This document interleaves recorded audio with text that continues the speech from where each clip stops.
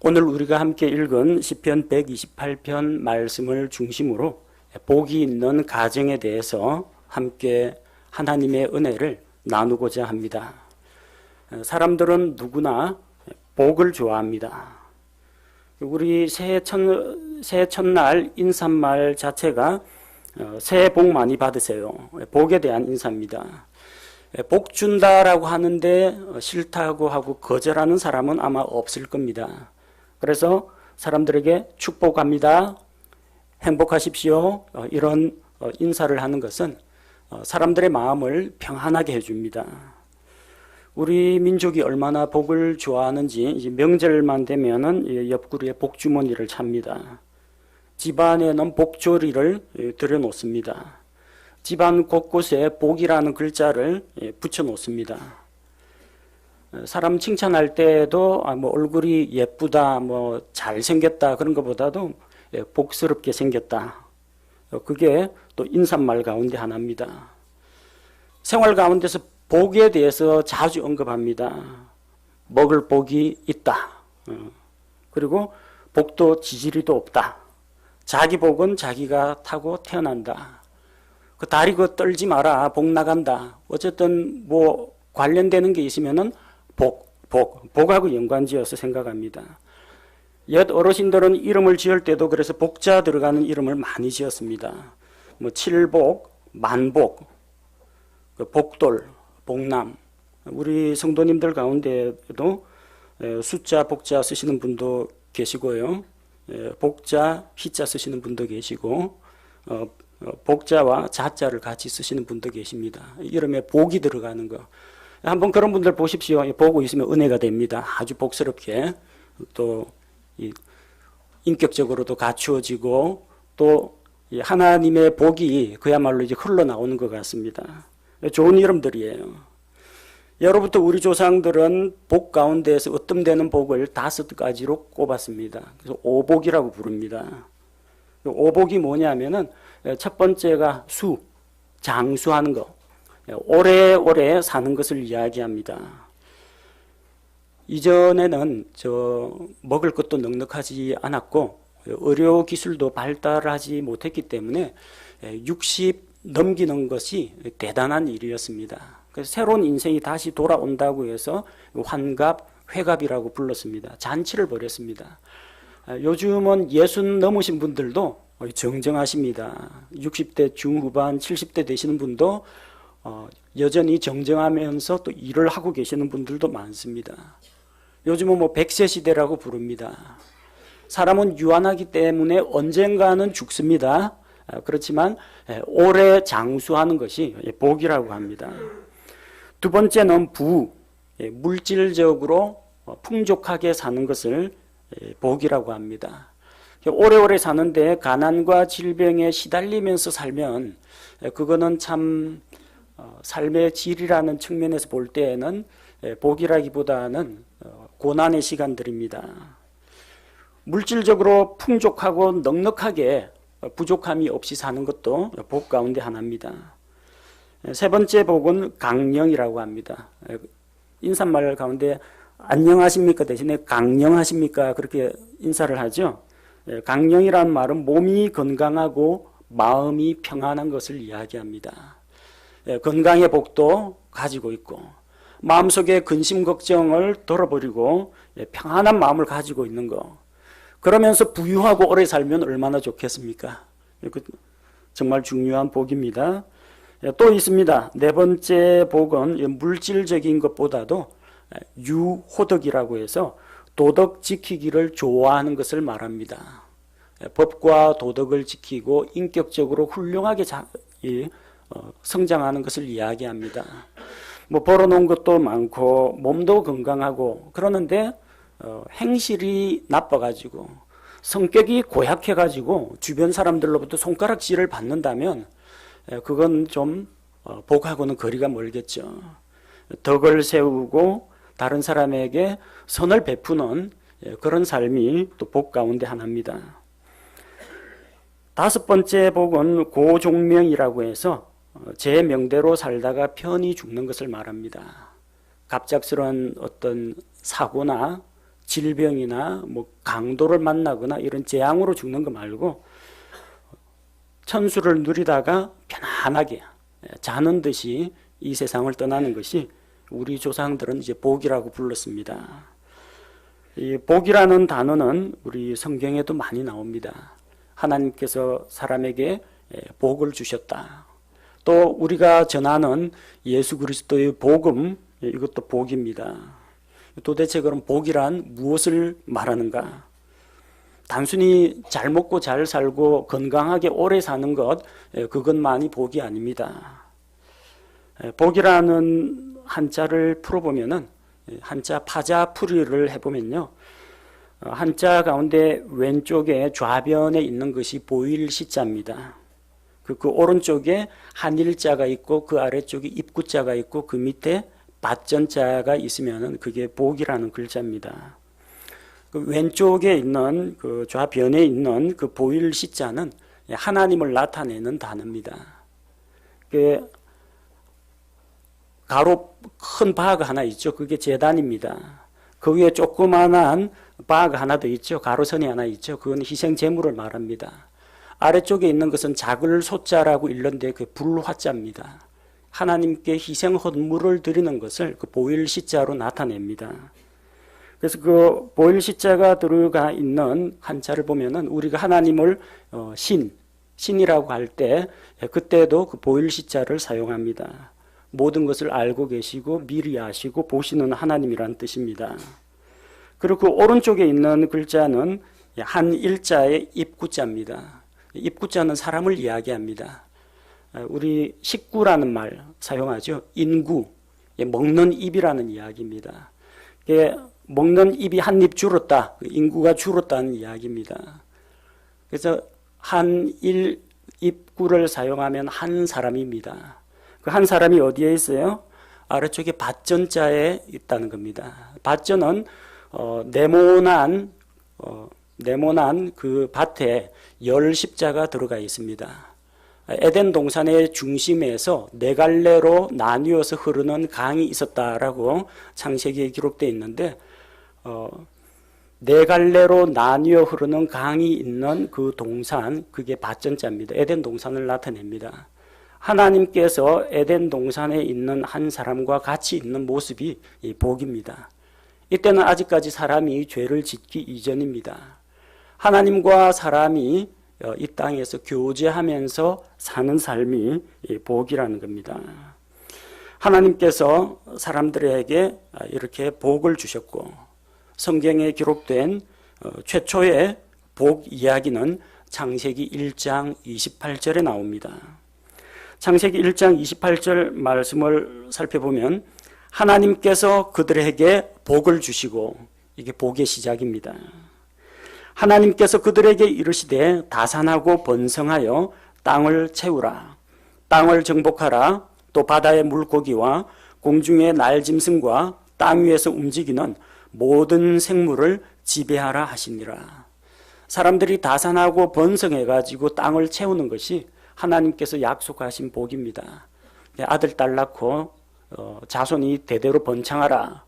그런 의미인데 이 당시 하나님께서 이 말씀을 주실 당시의 사람은 죄짓기 전의 사람입니다. 사람이 죄짓는 건 창세기 3장에 나오고 지금 이 말씀은 사람을 창조하신 이후 창세기 1장에서 하신 말씀입니다. 다산하고 번성하라는 뜻이 무엇입니까? 하나님의 형상을 닮은 사람이 온 짐에 내 두루 퍼져나가기를 하나님께서 원하시는 겁니다. 그게 복입니다. 그리고 사람에게 복을 주셔서 땅을 정복하고 다스리고 하나님께서 창조하신 이 생물들을 다스릴 수 있는 권리를 우리 사람들에게 주셨습니다. 우리는 과연 하나님께서 주신 이런 복을 누리고 있습니까? 가정의 달인 5월을 맞이해서 하나님께서 우리 성도들에게 어떠한 복을 주셨는지 함께 우리가 세워보려고자 합니다. 멀리 가서 복을 찾을 필요가 없습니다.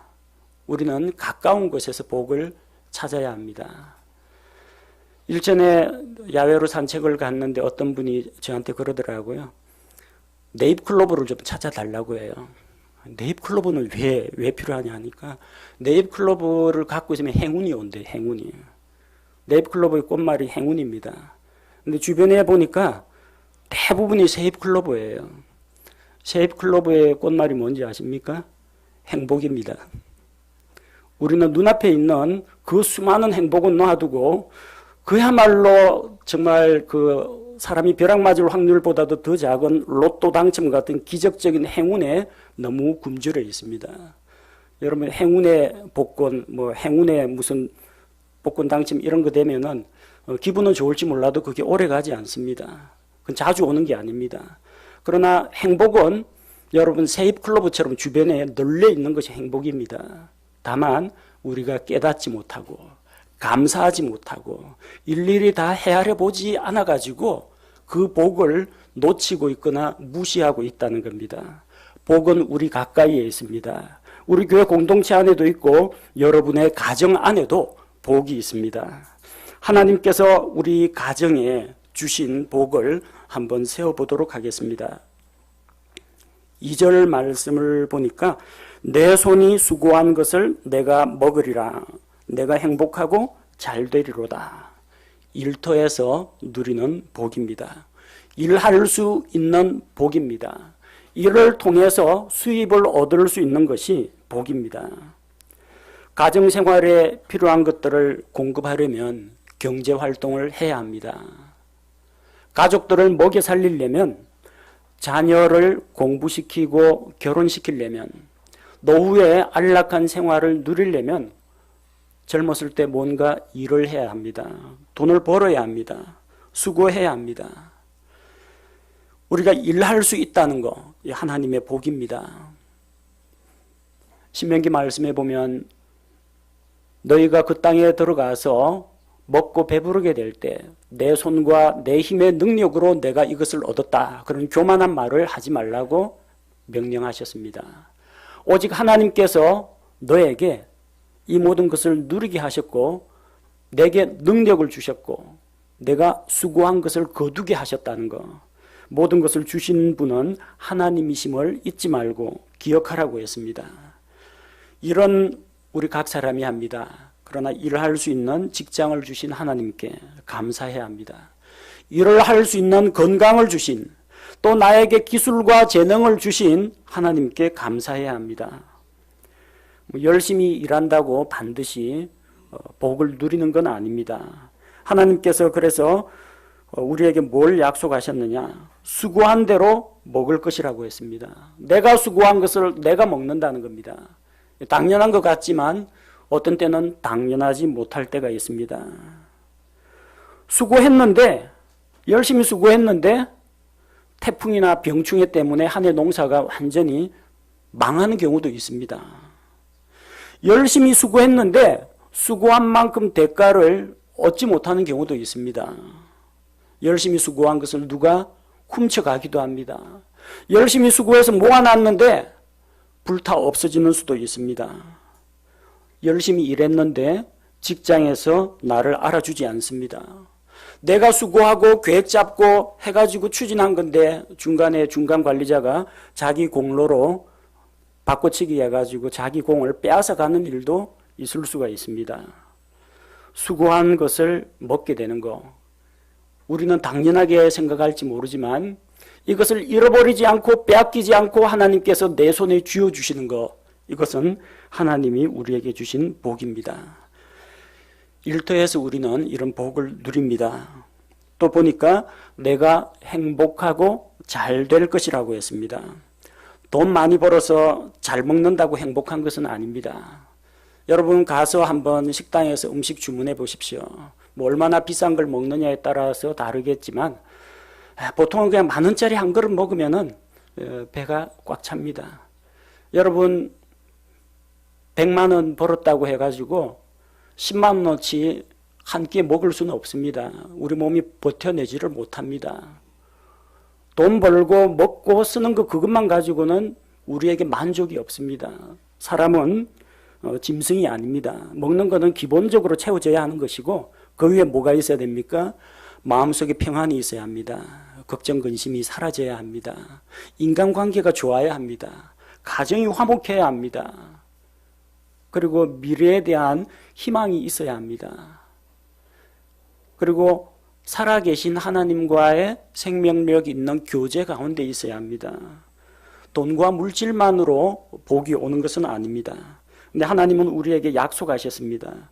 내가 행복하고 잘 되리로다. 하나님은 우리에게 기적적인 행운을 약속하지는 않았습니다. 행운이라는 건 그냥 운세입니다. 운세. 운 좋으면 그냥 만난다 생각하는데 성경에서는 하나님이 행운을 주겠다 하지 않으시고 내가 행복하고 잘 될 것이라고 했습니다. 몸이 건강하고 물질적으로 필요한 것들을 채워주시고 마음의 평화도 주시고 영적인 만족도 누릴 때 우리가 행복하고 형통한 삶을 살아갈 수가 있습니다. 두 번째는 우리 가정에 주신 배우자를 생각해 봅시다. 3절에 보니까 내 아내는 내 집 곁에서 열매를 많이 맺는 포도나무 같으며, 이쯤 되면은 우리 형제들은 자기 아내를 한 번쯤은 봐줘야 합니다. 그리고 흐뭇한 미소를 지으셔야 합니다. 아직까지 시집 장가를 가지 않은 청년들 혹은 배우자가 없으신 분은 예외겠지만 지금 결혼 생활을 하고 계신 분은 한 번쯤 보십시오. 뭐라고 했어요? 3절에 내 집 곁에서 열매를 많이 맺는 포도나무 같다고 했습니다. 아내를 얻어서 결혼하는 것 그 자체가 복입니다. 잠언 18장 22절 말씀해 보니까 누구든지 아내를 얻는 자는 좋은 것을 얻고 주의 호의를 얻느니라. 결혼 자체가 복이고 결혼 생활을 통해서 하나님께서 호의를 베풀어 주시는 겁니다. 열매가 주렁주렁 달린, 포도송이가 주렁주렁 달린 포도나무를 한번 머릿속에 떠올려 보십시오. 저절로 입가에 미소가 싹 감돕니다. 마음이 푸근합니다. 그 주렁주렁 달린 열매를 보면은. 그리고 또 그 포도나무 그늘 그 아래에 있으면은 아주 평안하고 아늑한 생각이 듭니다. 여러분이 그 아내를 볼 때 느끼는 생각하고 거의 똑같습니다. 푸른 잎이 무성하고 잎사귀 아래로 탐스러운 열매가 주렁주렁 달린 포도나무, 하나님께서 주신 복입니다.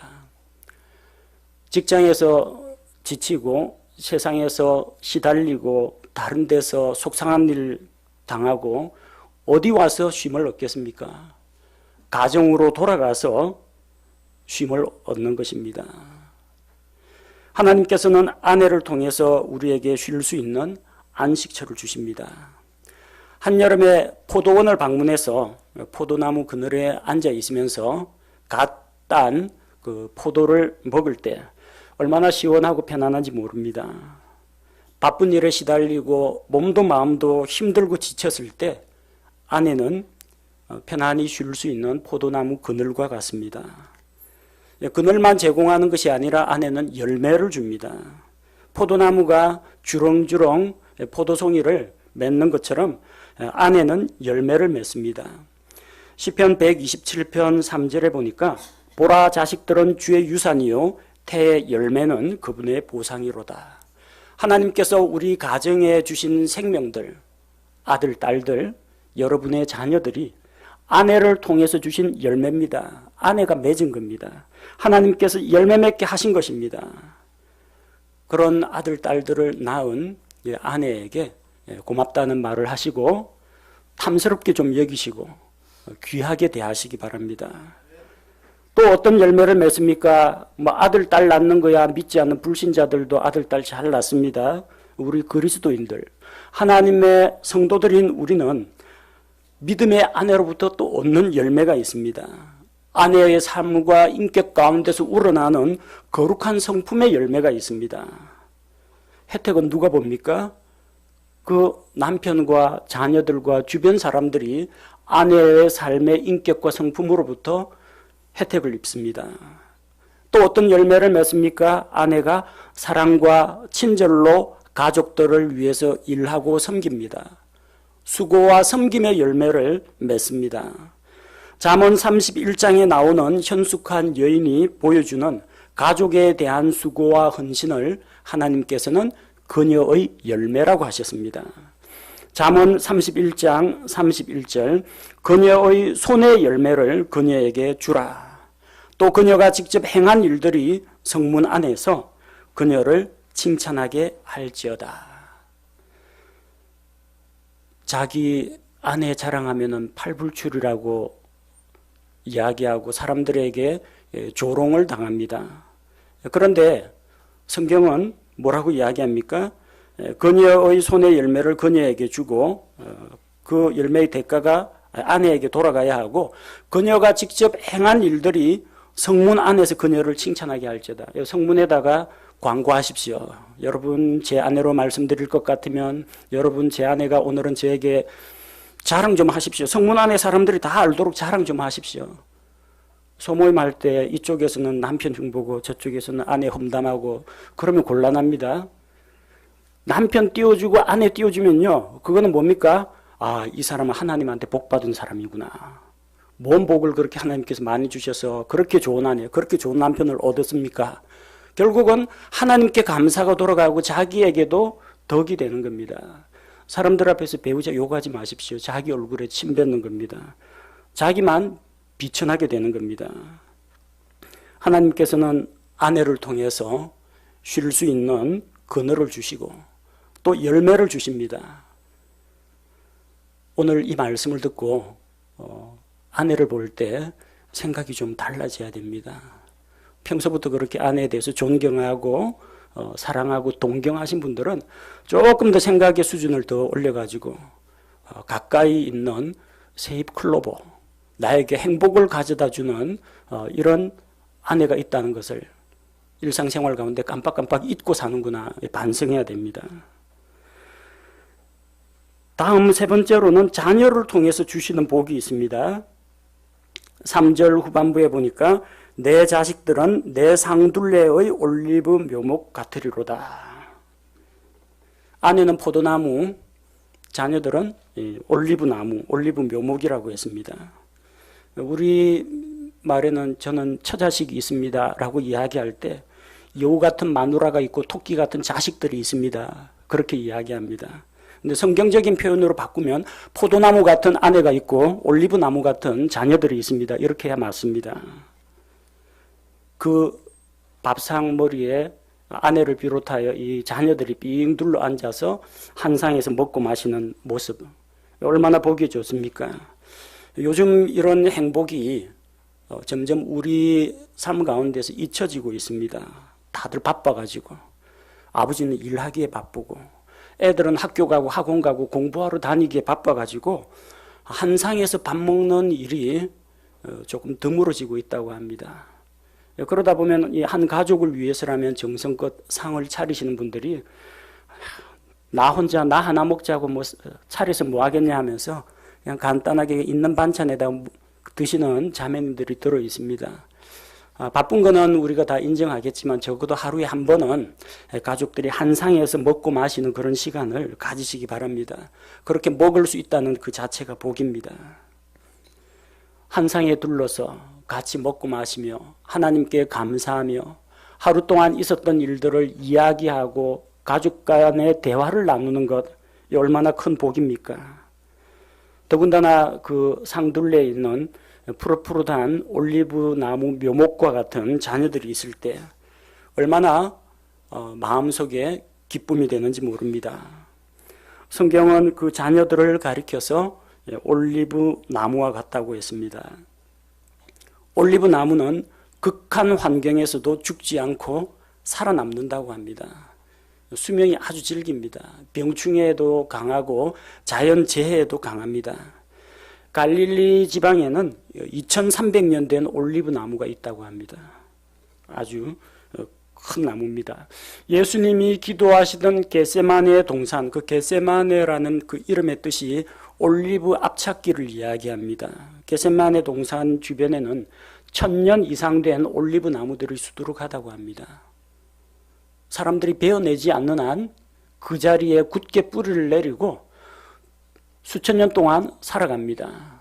말라 죽지도 않습니다. 뭐 이스라엘의 기후가 좋아서 그런 게 아니고 그 척박한 환경에서도 비가 잘 내리지 않는 그 뜨거운 햇볕을 받으면서도 모진 비바람을 견디면서 올리브 나무는 잘 살아남습니다.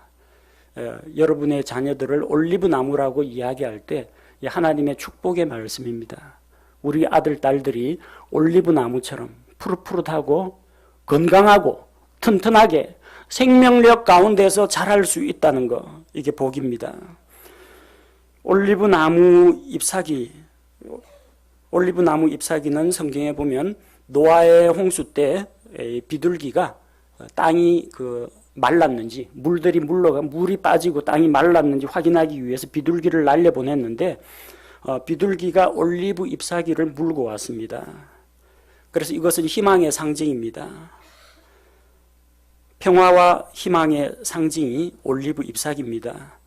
유엔 깃발이 있죠. 유엔 깃발에 이렇게 뺑 테두리로 치고 있는 그 나뭇가지가 올리브 나무 가지입니다. 그리고 올리브 나무 잎사귀는 천연 방부제로도 사용이 됩니다. 약재가 됩니다. 쓸모가 많습니다. 여러분 자녀들이 쓸모가 많은 존재라는 이야기입니다. 사람들에게 천대받고 구박받고 가치 없고 하찮은 존재로 여겨지는 게 아니라 하나님이 복을 주신 가정에서는 이 자녀들이 쓸모 있는 사람들이 됩니다. 잎사귀 하나 버릴 게 없습니다. 열매는 또 어떻습니까? 올리브 열매. 이전에는 우리나라에 올리브 열매가 그렇게까지 많이 보급은 안 됐습니다만 요즘은 웬만한 요리에는 올리브 열매가 거의 들어갑니다. 유럽, 서양 식탁에서는 올리브를 식탁에서 빼놓을 수가 없다고 합니다. 샐러드에 들어가죠. 피클에 들어갑니다. 피자 주문하면 피자 위에 올리브 열매 다 있습니다. 그리고 샌드위치 안에도 올리브 열매가 들어갑니다. 사람들에게 영양을 주고 사람들에게 맛과 기쁨을 주는 그런 올리브 열매처럼 우리 자녀들이 좋은 열매를 많이 맺게 된다는 이야기입니다. 또 그 올리브 열매에서 짜낸 기름, 올리브유, 이거는 일반 주방에서도 많이 사용합니다. 옛날에는 주로 해바라기 씨유, 대두유 이런 것들을 사용했는데 이제 우리 식탁에도 올리브 기름들이 많이 올라오고 있습니다. 성경에 보면 올리브 기름은 하나님의 성전에서 등불을 밝힐 때 사용하는 기름이었고 제사장을 세울 때 위임식의 기름 부음에 사용하는 그 기름이 올리브 기름이었습니다. 서양 요리에서는 거의 모든 음식에 올리브 기름이 들어갑니다. 또 이 올리브 기름은 화장품 원료로 사용되고 노화 방지제, 지사제를 만드는 데에도 사용이 됩니다. 자녀들이 하나님께 유용한 자가 되는 것, 자녀들이 사람들에게 꼭 필요한 많은 사람들로부터 인정을 받는 훌륭한 사람이 되는 것, 그게 하나님의 복입니다. 여러분 자녀들을 올리브 나무같이 잘 키우시기 바랍니다. 아들, 딸들을 어쩜 이렇게 잘 키우셨습니까? 칭찬하시는 분들이 있습니다. 우리가 해야 할 대답은 무엇이겠습니까? 이 모든 것이 하나님께서 우리 가정에 주신 복입니다. 이렇게 인사해야 됩니다. 제가 좀 교육 방법이 좀 독특해서 자녀 교육을 제가 잘합니다. 자랑하지 마십시오. 그냥 밥 주고 자기들끼리 풀어놓으니까 알아서 잘 크던데요. 그렇게 크는 자녀는 없습니다. 다 하나님의 사랑과 관심, 부모님의 돌보심을 받고 자라는 겁니다. 자기를 낮추느라고 아마 그런 말씀을 하시는 것 같은데 정확하게 이야기하자면은 하나님의 은혜 가운데 올리브 나무처럼 잘 자라고 있고 부모님의 기도와 헌신과 수고 덕분에 자녀들이 올곧게 성장하는 겁니다. 하나님께서 가정에 복을 주시면 자녀들이 잘 되는 그런 복을 누리게 됩니다. 5절과 6절에는 하나님께서 그 자손들이 번창하게 될 것을 약속하셨습니다. 다산하고 번성하라 그렇게 말씀하셨는데 자손이 번창하게 됩니다. 5절 말씀에 보니까 주께서 시온으로부터 내게 복을 주시리니 너는 내 평생토록 예루살렘의 복을 보며 참으로 내 자식들의 자식들을 볼 것이요 이스라엘 위에는 화평이 있으리로다. 문자적으로 해석하면은 이것은 글자 그대로 이스라엘 민족에게 주신 약속입니다. 시편 기자는 지금 이스라엘 사람이고요. 자기 이스라엘 민족이 하나님 앞에서 번창하게 될 것을 시로 노래한 것입니다. 그래서 기본적으로 우리가 이 말씀을 읽을 때는 이 말씀은 이스라엘 민족에게 주신 약속의 말씀이다. 1차적으로는 그렇게 해석하는 것이 옳습니다. 왜냐하면 여기 나오는 지명들 보십시오. 시온산 어디 있습니까? 그 이스라엘 땅에 있습니다. 예루살렘 이스라엘의 수도입니다. 이스라엘은 대한민국에 있는 게 아니라 중동 지방에 있습니다. 글자 그대로 중동 지역에 있는 이스라엘 민족에게 해당되는 것입니다. 그럼 이 복은 무엇을 이야기하는가? 주께서 시온으로부터 내게 복을 주시리니 시온산으로부터 시온은 예루살렘이 있는 산을 이야기합니다. 그래서 거기서 이스라엘 민족이 복을 받는다는 것입니다. 한때는 그들이 땅을 잃어버리고 로마의 침략을 받고 이민족의 지배를 받고 박해를 받으면서 온 세상에 떠돌아다녔습니다. 하지만 하나님께서 그들을 자기 땅으로 불러들이셨습니다. 마침내 종말적으로 하나님께서 그 땅에서 시온산으로부터 이스라엘 민족에게 복을 주실 겁니다. 그때는 이스라엘 민족이 하나님을 믿고 회개하고 돌아올 때입니다. 또 여기 예루살렘이 나옵니다. 예루살렘의 복을 보며 예루살렘은 이스라엘의 수도로 정치와 종교와 문화의 중심지입니다. 그 예루살렘에는 예루살렘 성전이 있습니다.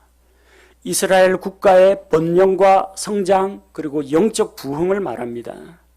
비록 지금은 주변에 있는 아랍 민족들에게 에워싸여 있고 또 팔레스틴 사람들과 서로 피해로 그쪽과 대치 가운데 있습니다만 주께서 다시 오셔서 그 땅을 회복하실 때 틀림없이 이스라엘은 회복이 됩니다. 또 그들에게 약속하시기를 내 자식들의 자식들을 볼 것이요 다산하고 번성하게 됩니다. 세계대전을 겪었습니다. 독일 나치의 유태인 학살을 겪었습니다. 수많은 이방 민족들 가운데에서 따돌림을 당하고 고난을 겪었지만 그들은 올리브 나무처럼 꿋꿋하게 살아남았습니다. 전 세계 미국의 정권가 그리고 곡물시장, 원유시장, 군사기술 이스라엘 사람들의 손에 들어가 있습니다. 수많은 노벨상 수상자들을 배출한 것도 이스라엘 민족입니다. 그 자식들의 자식들을 볼 것이고 그들이 올리브 나무처럼 전 세계에 유명한 업적과 공로를 남기고 있습니다. 그리고 이스라엘 위에는 화평이 있으리로다. 시편 기자가 이 시를 기록한 이후에도 그들은 고난을 겪었습니다. 바빌론의 포로 생활을 했습니다. 로마의 식민지 지배를 받았습니다. 나라 잃은 서름을 겪었고 지금은 이스라엘 위에 화평이 있는 게 아니라 언제 터질지 모르는 중동의 화약고라고 합니다.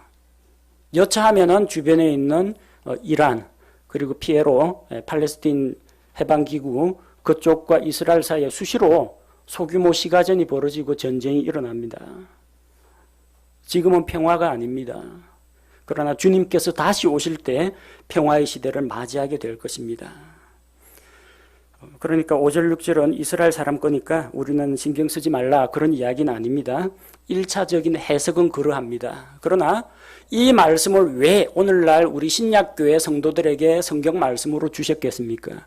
우리에게 적용이 가능하다는 겁니다. 1차 해석은 이스라엘 민족에게로 하는 것이 맞고 그 영적인 적용은 우리에게 할 수 있다는 겁니다. 시온산에 있는 예루살렘에서 복이 온다고 했습니다. 시온산 예루살렘에 뭐가 있어서 그렇습니까?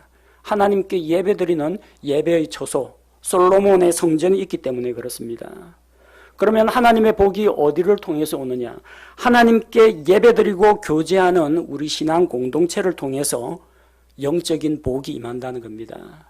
목사가 여러분에게 물질을 나눠주거나 취업을 시켜주거나 자녀를 얻게 해주거나 그런 재능은 없습니다. 제 앞가림도 못합니다. 그러나 한 가지 확실한 것은 이 강단을 통해서 바른 말씀이 선포가 되고 여러분이 힘들고 어려워하는 모든 문제에 대한 해답을 우리가 이 성경 말씀을 통해서 찾을 수가 있고 우리 믿음의 성도들이 한자리에 모여서 같이 교제하면서 힘들고 어려운 것도 같이 나누고 기쁘고 감사한 것도 같이 나누면서 서로 세워주는 가운데 하나님께서 주신 복을 우리가 경험하고 있다는 것입니다. 복이 어디서 옵니까? 멀리 예루살렘까지 비행기 타고 찾아가지 않아도 됩니다. 우리 믿음의 형제 자매들이 함께 모여서 예배하고 교제하는 이 신앙 공동체를 통해서 복이 옵니다. 바른 교회를 찾기가 힘들다고 합니다.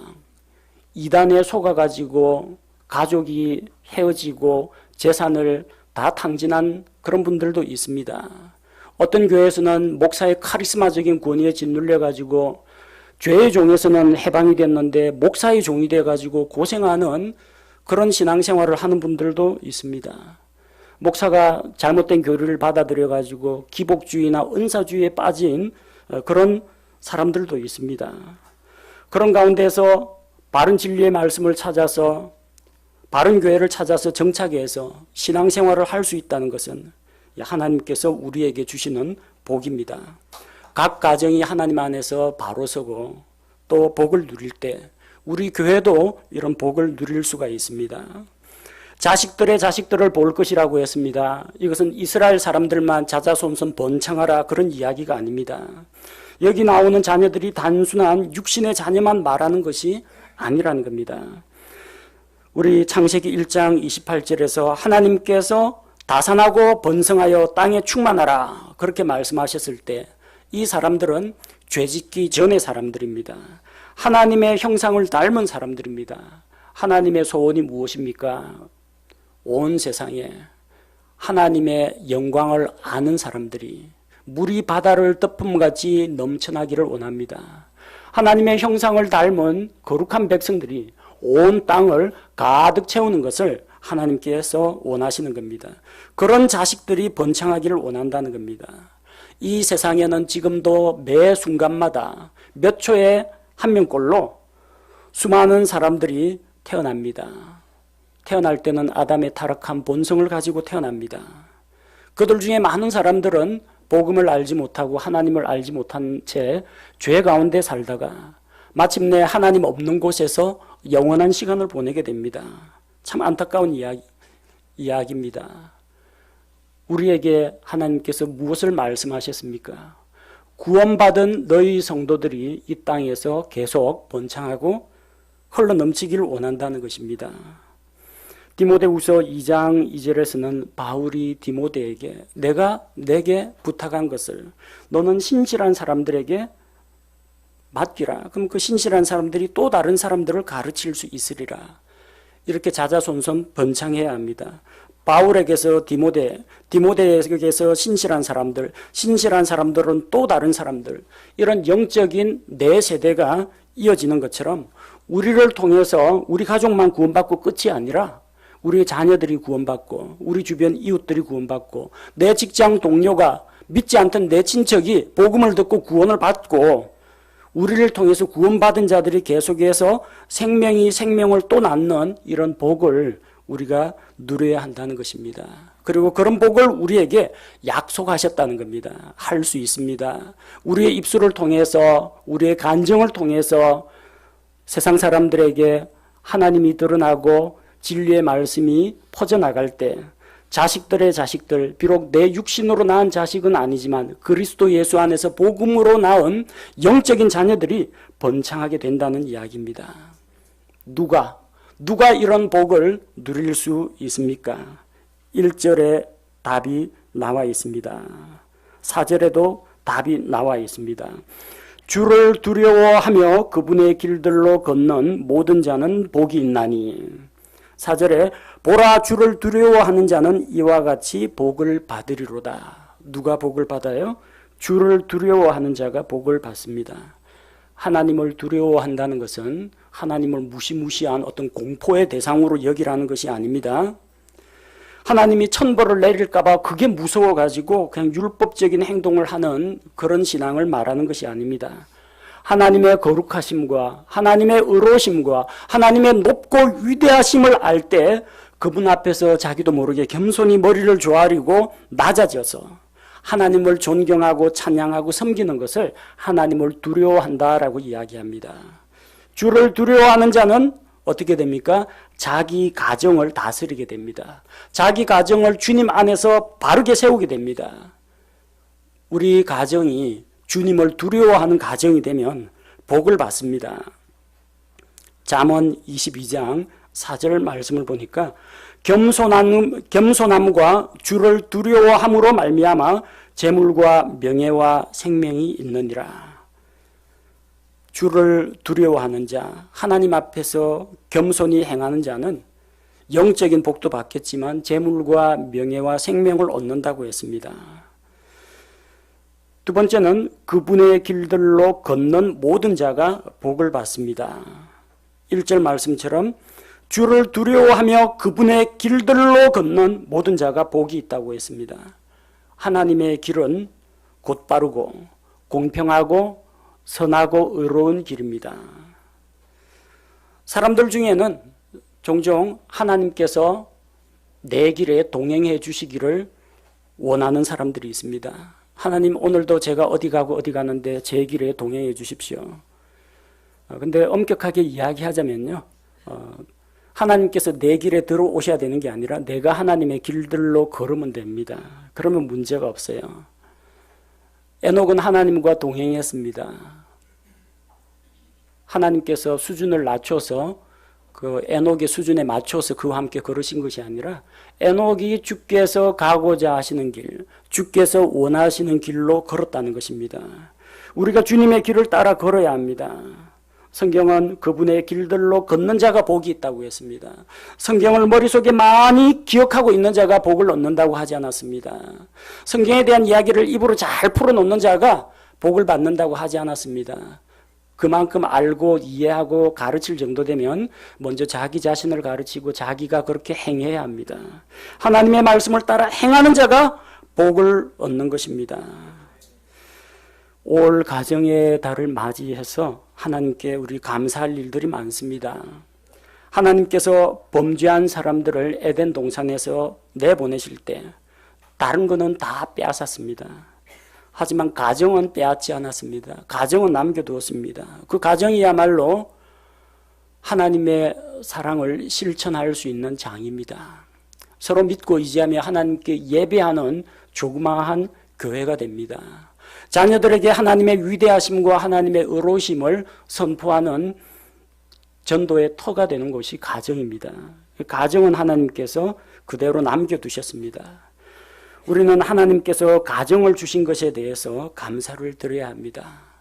기적적으로 정말 기적적인 확률로 당첨될지 안 될지 모르는 복권에 소망을 두지 마시고 어느 날 갑자기 어떤 운 좋게 나한테 뭔가 대박이 터지는 사업 아이템이 나올까?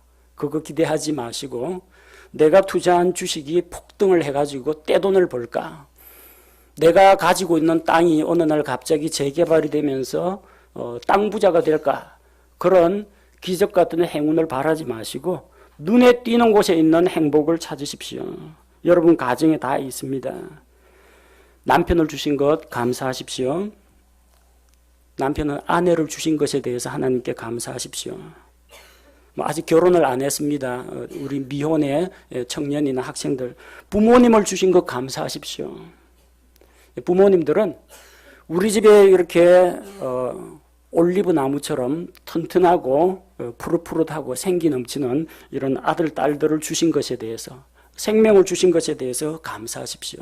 감사할 거리가 많습니다. 나에게 일할 수 있는 직장과 건강을 주신 것을 감사하고 또 일을 해서 가정의 필요를 채울 수 있도록 해주신 것을 감사해야 합니다. 나아가서 우리 교회 한 가족 같은 믿음의 공동체를 주신 것에 대해서 감사드려야 합니다. 우리 모든 성도들이 하나님을 두려워하는 가운데 주께 찬양과 경배를 드리고 말씀을 따라 순종하면서 주님의 길을 걸어야겠습니다. 그렇게 할 때 하나님께서 우리 가정에 또 우리 각 개인에게 이런 복을 채워주실 것입니다. 하나님의 복이 우리 성도들과 또 우리 성도들의 가정에 함께 하시는 것을 인하여 주께 감사를 드립니다.